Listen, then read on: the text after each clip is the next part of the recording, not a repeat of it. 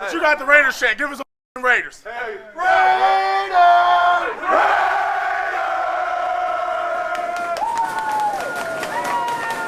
Hell of a job, man. Hell of a job. Hey, hard hat mentality. Yes, sir. First half. Half hard mentality. Component. Welcome to the Put On Waivers Media Group, home of the Put On Raiders podcast and the Student Body Right podcast. This is your place for the best breakdowns and the best insight for those who fight on and bleed silver and black. Now, here are your hosts, Dwayne Douglas and Ryan Holmes. And welcome everybody to the glorious episode of the Put On Raiders podcast. I'm your host, Dwayne Douglas, along with Ryan Holmes, and we are podcasting on the beautiful shores of the Pacific Ocean. Beautiful day out here in Southern California. PORSBR is my Twitter handle. And our Ryan Holmes is RHOLM22.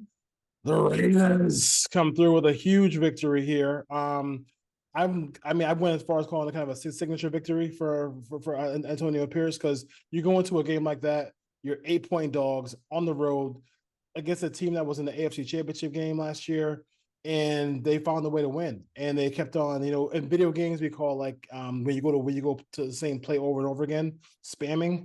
They kept on spamming Brock Bowers and spamming Devontae Adams at the end, and it seemed like that was the key to the victory. Obviously, Gardner Minshew, 30 of 38. That's I believe that's what he was, and they did a great job here in winning this game. They came back. When comebacks always feel a little bit better. Ryan, when you do it on the road, especially, what are your thoughts about the Raiders coming through in like just great fashion here against the Baltimore Ravens? I still think the Christmas victory on the road at the Chiefs would be more of a signature win than this. This is week 2. But it is early in the season. Keep the momentum riding. Now you have 3 winnable games on the plate coming up. But overall, the first half could have gone about as badly offensively as you could imagine. A lot of short underneath stuff. I think I saw a stat after the game. 40% of Gardner Minshew's passes were at or behind the line of scrimmage. That can't continue. And you saw once he started calling in the second half, once he had to, start calling a little bit more down the field, a little bit more vertical. And then I've been texting for 2 straight games, throw the ball to 17, throw the ball to 89. It's not that difficult. And once they started doing that, the offense actually looked like an NFL offense. And the line actually held up a little bit better in the second half. It was a travesty of a game for the offensive line. But you don't give back wins in the National Football League. Just win, baby. Take it any way you can. Yeah, you can't. And I just feel like, for Bowers, this is why, obviously you don't want to waste a draft pick. If you're gonna take him at 13, let's see him, let's use him. And they use him a great deal. And I think he's a great running mate for Devontae Adams here. And you can see why we are thirsting for good quarterback play, because with all the Raiders have a lot of weapons offensively. They really do. They do. And headlighted by Adams and Bowers. But you can get the ball to Myers, you get the ball to Jacoby Myers, Michael Mayer. There's a lot of different places you can go with the football.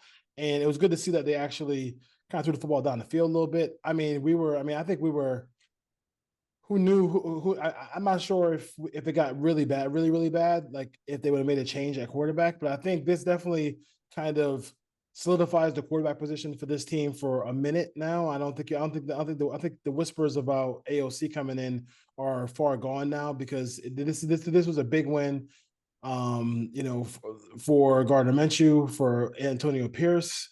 I think there was a lot of emotion in this game for Antonio Pierce. Obviously, you saw him explode in the locker room with Tom Telesco, who was probably just not he was just doing regular Tom Telesco. But that's a big win for AP. You don't want to go 0-2. You don't want to have to win 3 games in a row, to kind of salvage your season. Now you can go home and now you can go do what the Chargers did to the Panthers on the road today, and that means just go ahead and just destroy one of the worst teams in football. Yeah, I know we talked about weapons and how many weapons this team has, but if the offensive line doesn't play better, it doesn't matter what weapons you have. So until they can figure out that front 5, Colton Miller clearly is not healthy. He gave up 3 sacks today. He gave up 2 last week. You see the revolving door at left guard. Andre James, again, another bad day in the run game. They can't run the ball, and they're having a hard time pass protecting. Again, the second half looked a little bit better when it needed to, but until this team can run the football and set everything up, they got hot for a quarter and a half, which is great. They won. You don't want to take that away, but they did have some calls go their way that helped out here. And I do think next week, if they go out and lay an egg next week, you're going to hear more AOC whispers. When you don't have a quarterback, when you have two guys that are backups, there's always going to be one side fighting for the other. And it doesn't matter if this team is 5-1. If they lose a game, you're going to hear the other side wanting the other quarterback. So I don't think either quarterback, like we've talked about on this show, is a difference maker in the National Football League. But the team found a way to rally. They found a way to win. The defense, when it needed to in the final 9 minutes of the game, made the stops they needed to make, and the offense puts points on the board when they needed to put points on the board. So we saw 9 minutes of complimentary football, and when it comes on the road against a very good team, you're going to take those wins. There's a lot to build on from this win. The Raiders' defense played well again for about 3 of the 4 quarters. They played well. There was the end of the first half, and then the third quarter, they didn't have a great outing today, but they're going to have to find another running mate. Someone's going to have to put pressure on the quarterback besides Max Crosby. He's the only one on this team that has a sack through 2 games. And they're going to have to start creating more turnovers. But like I said, having said that, to leave Baltimore with a win, you can't really complain about anything. Take the win, move on. Now you have Carolina coming to town. You have Cleveland, and you have Denver, who looked like a train wreck again today. The next 3 on the schedule. So take care of business. This was a win they needed. Everyone thought they would be 1-1 coming out of the first 2 weeks. They're 1-1. Now we may have had the wins backwards, but you're still 1-1, and you have a chance to create a little bit of room here and get to 3 or 4-1 before you play the Pittsburgh Steelers. Yeah, and I mean, and even with the way the Steelers are a really good defensive team. This is like down the road, but offensively, I don't think they're not a juggernaut, especially if Fields is going to play. But as far as the offensive line goes, like, is it worth it to maybe try to sit Colt until he gets right, or just kind of just because he's struggling. Like I'm not trying to say he's the best left tackle in football, but I've never seen him play this poorly, this consistently for this period of time. Well, your only option is to move Mumford over and play a rookie at right tackle that's never played it down in the National Football League. So you're going to keep running Colton Miller out there, especially the next couple of weeks. You're not going to be facing pass rushers as good as they've seen the last 2 weeks. Now, when Myles Garrett comes to town in 2 weeks, that's going to be the real test. We'll see what happens. I think inside they watched the film, obviously, like we did, and other people have. The interior of the offensive line wasn't good last week. They tried to put underspeed in there. So hopefully Jackson Powers-Johnson can get up to speed here quickly, because they're going to need him in fairly short time. They tried underspeed for 1 half of football and immediately went back to Cody White here. So what does that tell you? But until they can run the football, they're going to need all hands on deck on that offensive line in order to hold up here. Next week, again, Derek Brown out. A little early preview of the Carolina game. He's out for the season. Brian Burns is playing for the New York Giants now. So it should be a little bit easier sledding for the offensive line next week. But again, Daniel Carlson, going back to this game, 4 field goals, that was huge. I love that they kicked the ball through the end zone at the end there. Don't give them a chance. I was texting you, please kick the ball through the end zone. Exactly. I think you saw them get a little bit fed up with Divine Diablo. You saw a lot of Luke Masterson. They kind of rotated this game, but when the snap counts come out, Luke Masterson played quite a bit. Masterson played quite a bit in this game. And then the Raiders, as good as the defense played, like, you're still waiting for that impact from Christian Wilkins and the pass rush. And I think both safeties today had lapses that you don't expect to see from veterans like Marcus Epps and Trayvon Merrick. The corner play was pretty good for the most part. Nate Hobbs was kind of, it's tough. He didn't do a lot in this game, which probably means when you go back and watch the film, he was really good in coverage, and he just didn't get a lot of opportunities in run support. So that's good. He probably had a strong game when you look back on it. But I think that the corner, if those 3 guys can stay healthy, they're starting to come together like a pretty formidable group that the Raiders can count on the back end. Now it's going to come down to the pass rush. Charles Snowden was basically invisible today. Janoris Robinson didn't really do much. Adam Butler flashed here or there. I'm still waiting for Christian Wilkins to really explode in the pass rush department, but he did get an assist there on that second to last drive in the fourth quarter by picking that right tackle on that TE game that allowed Max Crosby to come free up the middle.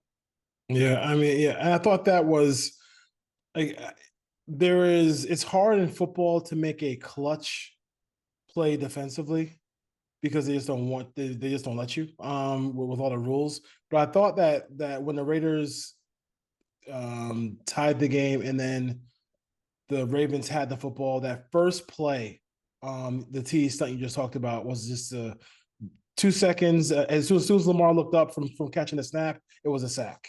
And I thought that was going to set the tone for that drive, and it really helped the Raiders, get a stop there and end up winning the game later in that game. But I mean, obviously, it's a good performance. We also look at looking behind the scenes and say, hey, is this sustainable? If they don't get better line play, of course, offensive line, it's not sustainable. It's just it doesn't matter who you're playing. It's not going to be sustainable football.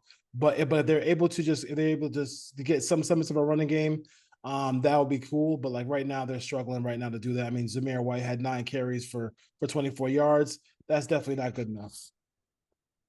I think a lot of it too is you heard all week, we want to take shots down the field. We want to establish the run. They didn't do that. The first half, they literally didn't try to run the ball, and they were throwing the ball horizontally at the line of scrimmage. So I don't know what was said at halftime, but clearly once they fell down by 10 points in the third quarter and started opening up the pass game a little bit, you saw Gardner Minshew make a couple of plays. You saw him slide through, get outside, especially the big play to Brock Bowers. You saw him on third down make a nice throw on third and long to Jacoby Myers late in the game. So you saw that. Now, running the ball on second and goal from the 9 when you're down by 10, when you haven't run the ball all day, that's a questionable play call. But Minshew got it rolling in the second half, and that's kind of what he is. He's up and down, and luckily the Raiders caught lightning in a bottle in the second half, and they were able to make enough plays. And you saw this team does have playmakers, like you mentioned, Devontae Adams, Max Crosby, now Brock Bowers. You can throw in the mix, but there's still players on this team that can get involved. Michael Mayer can get involved. Trey Tucker's been he's disappeared for 2 weeks because he hasn't really been involved in the game. So you did see Tucker play a lot in 12 today.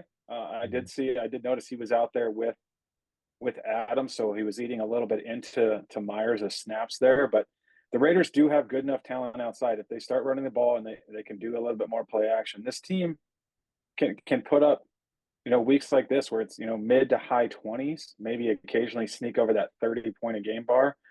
But AP asked for 24 points a game, and that won today. And like Luke Getsy and Gardner Minshew delivered 26 points for him.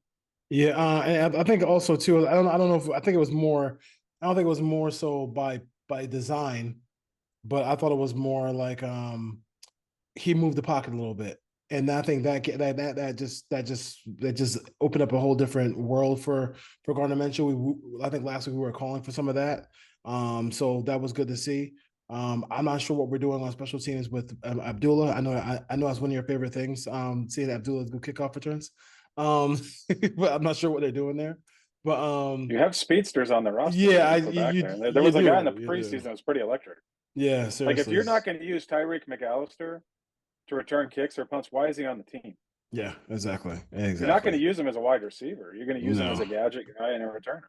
Yeah, no question about it. And we can also hey, listen, I like Jacoby Myers. I just don't want to see him on jet sweeps. I just don't want to see the one guy who runs a 4.8 run on jet sweep. So let's go over that. I want the Brock Bowers jet sweep that I kept hearing. Yeah, I'm still waiting for that one, and also let me get a Tucker one too as well. But Raiders win 26-23. Our instant reaction to this victory, a big victory for the team. I thought he did go. I think coaching decisions as far as that goes. I think he was fine today. He bypassed the field goal once. I think in this down by 10. Down by 10. They could have cut it to a 1-score game on a 4th and 2 when they threw the ball in the end zone to Adams. Tough catch. Probably should have come up with it. a little underthrown, but one-on-one, the ball hits your hands. A player, Devontae Adams, the status usually comes up with that play. I would have liked to see the field goal. I was texting. This isn't secondhand guessing. We're texting live during the game. Like, Yeah. cut it to a one-score game. Keep yourself within striking distance. But Uh-huh. luckily, the Raiders defense bowed up after that, and were able to get the ball back for the offense. And Robert Spillane and Jacorian Bennett tipping that ball up, that swung the game right there. That was the play of the game that switched it back in the Raiders' favor. And then Devontae Adams on the sideline with the toe drag on that unbelievable catch on the ball down the field late in the game to set the Raiders up. That was an unbelievable catch. And he also had a tough drop as well. I thought that was a great. I mean, I don't know. I can't wait to see that on all 22 because whatever the Raiders called, the Ravens pretty much blew the coverage on that one because Devontae was by himself. He would have walked into the end zone. It looked like on that one, but he came through. He came through later on that drive to get a touchdown. It's the same design they ran in the preseason against the Vikings when they had Brock Bowers run the slant behind the vertical route from number 2. So like basically he's taking both defenders. Just clearing out. That would have been a touchdown. Yeah, I'm touching. I thought the throw wasn't perfect, but when you throw the ball above the guy's knees and it hits him in the hands on a slant, you got to catch that ball. But again, he made a great catch on the touchdown drive. So you have to see that. I think moving forward, I know we've talked a lot, and I've talked a lot about 12 personnel. If the Raiders can't run the football out of 12 personnel, then you almost have to scrap it and go 11, and then just put Tucker out there with Adams, Myers, and Bowers, and let it roll. I don't like lining up in shotgun. I'll tell you that on first and goal from the 1. They did it twice, and I think not a huge fan of that. Yeah, and as far as like the fan part of it goes, you have I would expect to see Allegiant on fire on Sunday because I'll be there. You have a opponent who is just looking toward the 2020-2025 draft. You have you come off a big win, and the players are juiced. The players are juiced. The fans should be juiced. It was a huge win. I think this one almost feels better than if they did it the reverse. If they beat the Chargers and then and lost to the Ravens. The way they came back and beat the Ravens gives the team a lot of juice and gives the fans something to really go crazy for. And the Panthers aren't a huge traveling fan base. They're not going to travel for this team. You might see 1 or 2 blue shirts in there, and that's pretty much it. And they'll probably be drunk way before the good kickoff starts because they're with bags over their head. Because I saw that today with the in the Charger Panther game, a lot of Panther fans with bags over their head. Devontae had 9 catches for 110 yards, 1 touchdown, 12 targets, and then you had 9 targets. So we're 9 for 9 when targeting Brock Bowers, 9 receptions, 98 yards, and after that it was Jacoby Myers who was 4 for 29. So those 2 guys, I mean, that's the passing offense. It just they're just very difficult guys to get a hold of. And Brock Bowers he was brought here to do what he did today. So now I think for you and I think next week is a game where you want to see him score in the first quarter. Like a couple touchdowns in the first quarter instead of waiting until all the way late in the game. Because this Panthers team, they should score in every quarter.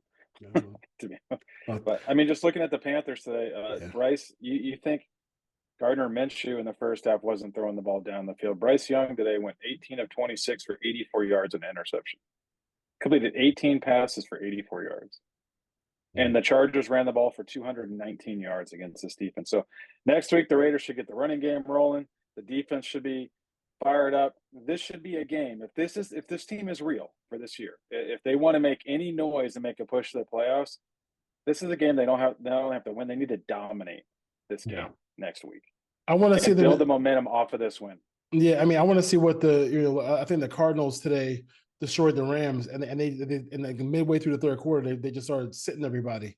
That's the kind of game you want to see. As far as that goes, I do want to give Spillane always Johnny on the spot. They're always there for when the Raiders make a turnover. He's usually right around the ball.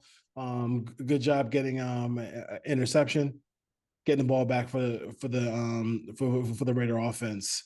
there. And then who else did I want to kind of I think too with the yeah, penalties, this team yeah, is playing penalty-free football for the most part through 2 weeks. They need to continue that. This offense yeah, is struggling, or has been for 6.5 quarters. This offense can't afford to have holding penalties and false starts and first and second and third and long. So 3 penalties today for 15 yards after 2 penalties last week. Great job by AP and the coaching staff. Great job by the players.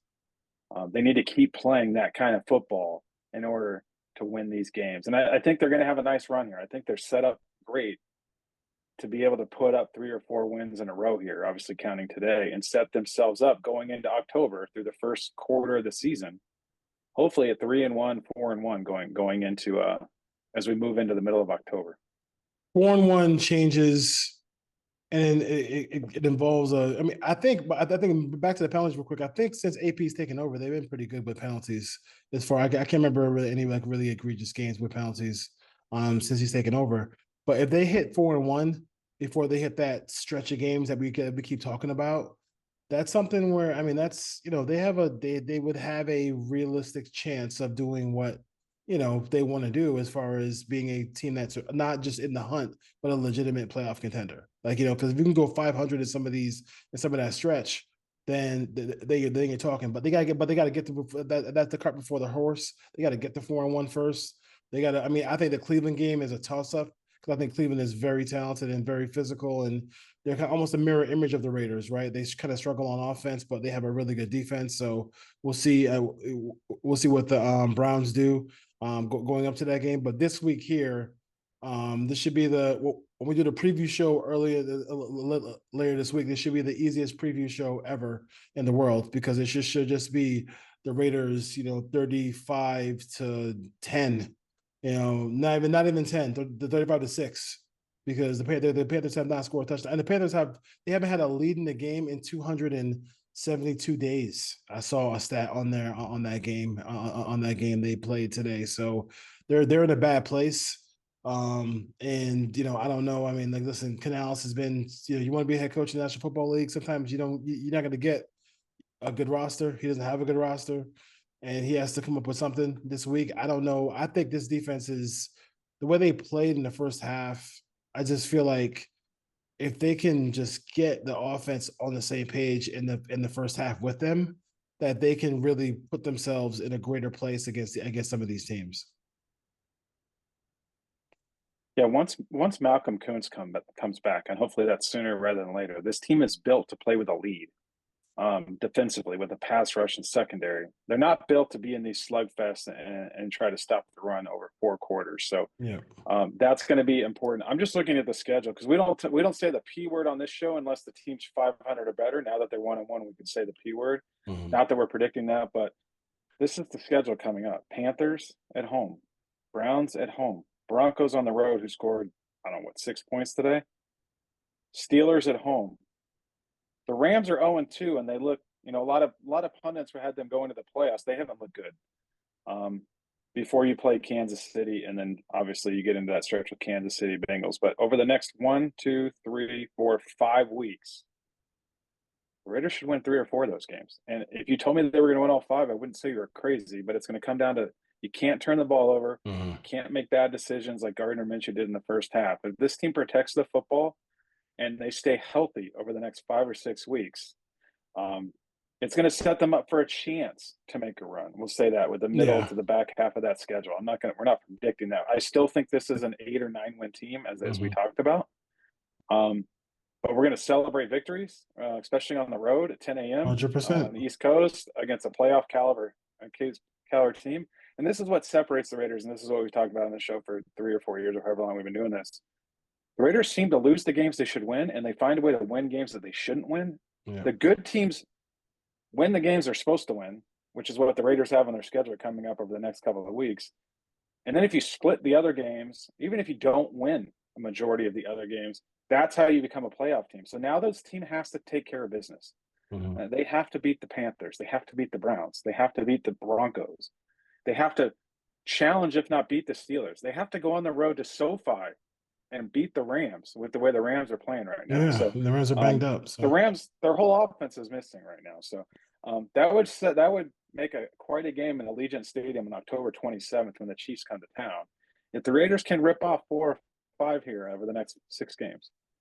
And I mean, and the Chiefs, as they are, they're always going to be, because they have 15, they have Mahomes that we all know about, but like they haven't been like the team that's running away from people, and they've had some assistance with some We won't people. talk about today's game. We'll talk about today's game. We'll give them full credit for How winning. many illegal formation penalties do the Ravens have today on their offensive line? I'm asking for a friend. Yes. Well, Because the answer is 0. Yeah. So it's nuts. So we will see as far as that goes. I think you mentioned injuries, and part of injuries and staying healthy is beating the shit out of the Panthers. So I don't have to see Max Crosby, Jack Jones, and all these guys in the third and fourth quarters like exerting themselves against an opponent who they should destroy. Like this is a part of the good team. Can the Raiders take advantage of prosperity? Like they won the game that they didn't think you can win. Now this game, I don't need to see part 2 of the Arizona game from a couple of years ago, up 20-0. I was at that game. Don't let me relive that. I know. Every time I see Kyler Murray, I get flashbacks. But but just go out there and do your job and just smack the shit out of them. Like I mean, this team is not. They are ripe. They have no weapons. I watched this dude, Adam Thielen, who was the most mild-mannered wide receiver in football, was going to strangle Bryce Young. He ran an over route where he was wide open by 20 yards, and he didn't even look at it. He looked at him and then took a sack. Like he was so pissed. Like the guy Young is not seeing the field. Like he is not. I don't know if it's the yips. I don't know what it is, but he's just done right now. So maybe later on he'll become a good quarterback, but right now he's the opposite of good. He's horrible. So the Raiders have a pass rush, one-man pass rush. Hopefully other people can get home. These are the games where you want to see the Adam Butlers and the Wilkins and all people like that get home and get some sacks, and you could pass some stats and you can add it to your stat total so you can get some so you can get a whole bunch of some stuff at contract time. Yeah, I want to tip my cap to Jacorian Bennett today. Like, we talked about him a lot in the preseason. Like, he needs to go out there and prove it. He's proven it through 2 weeks. He's proven that he can be a reliable starting cornerback in the National Football League. He stayed away from some penalties on some deep balls that gave him problems last year. So, not ready to call him Sub-Zero yet, as he wants to be called. But Jacorian Bennett starting to show out. If the Raiders can lock, like I said, if those corners can lock guys down, and then that pass rush can eat, this defense can even be better. The next step for this defense, turnovers. I want to see turnovers next week. It'll be loud there. Like you said, I would expect 95% Raiders fans and maybe 5% Panthers fans if there is that many. And that house should be rocking.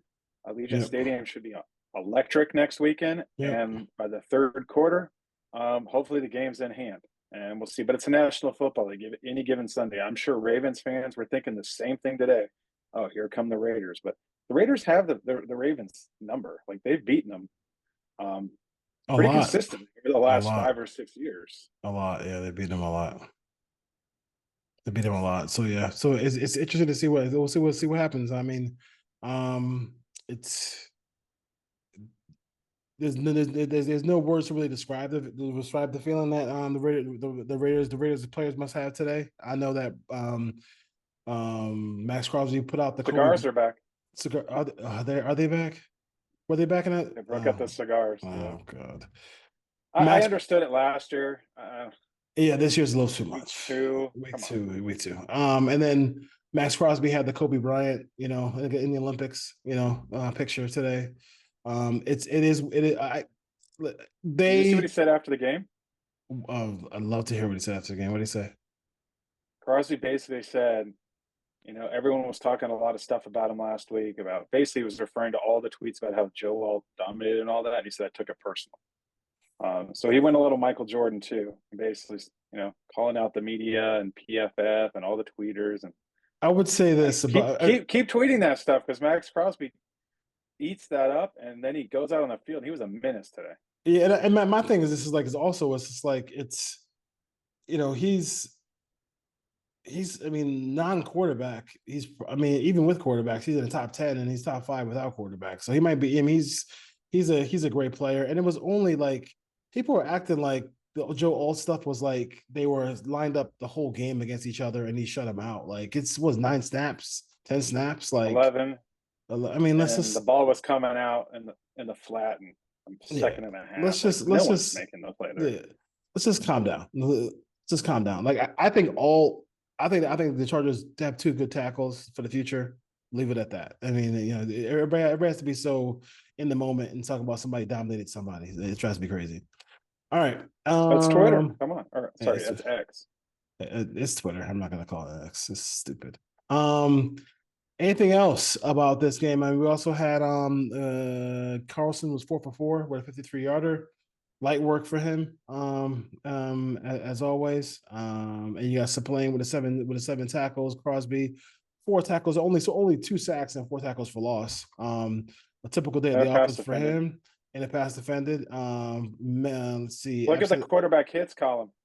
He's the only one. I don't think anyone else had one. That's the problem. Someone else on this line has got to step up. They talked about the depth, and obviously missing Kuntz and Tyree are huge issues right now. But I don't remember Chason playing a snap. I'd have to go back and look at it, but hopefully he can get up to speed and at least help out.